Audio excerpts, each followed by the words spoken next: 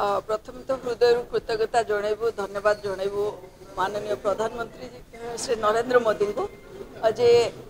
पांड्रा भुवनेश्वर महानगर निगम अंतर्गत 18 number ward रे पांड्रा ये गोटे अत्याधुनिक पाइकारी माछ मार्केट करने को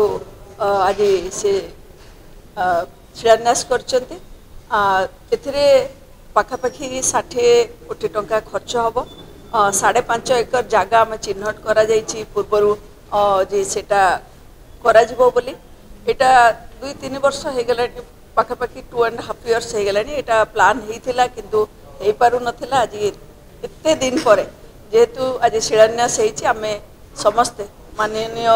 प्रधानमंत्री सहित माननीय मुख्यमंत्री को धन्यवाद दौचु जे काम जो भली भाव में से कहते जे शीघ्र सरिबो से काम केमिति आरंभ होइकि शीघ्र सरिबो सेतिपय व्यवस्था करिवे। और निश्चित भाव में आमर जो 4 नंबर रे रही होलसेल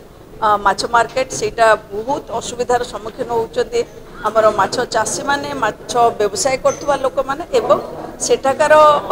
जो स्थानीय लोक माने तेणु यहीटा जितेबाला सिफ्ट हो अत्याधुनिक पाइकारी माछ मार्केट हो जो शीतल भंडार रहिबो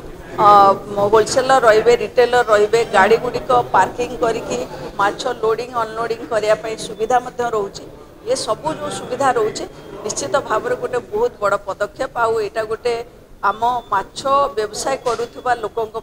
माछ चाष करुवा लोकों यहाँ गोटे बहुत बड़ सुजोग आनीदेव।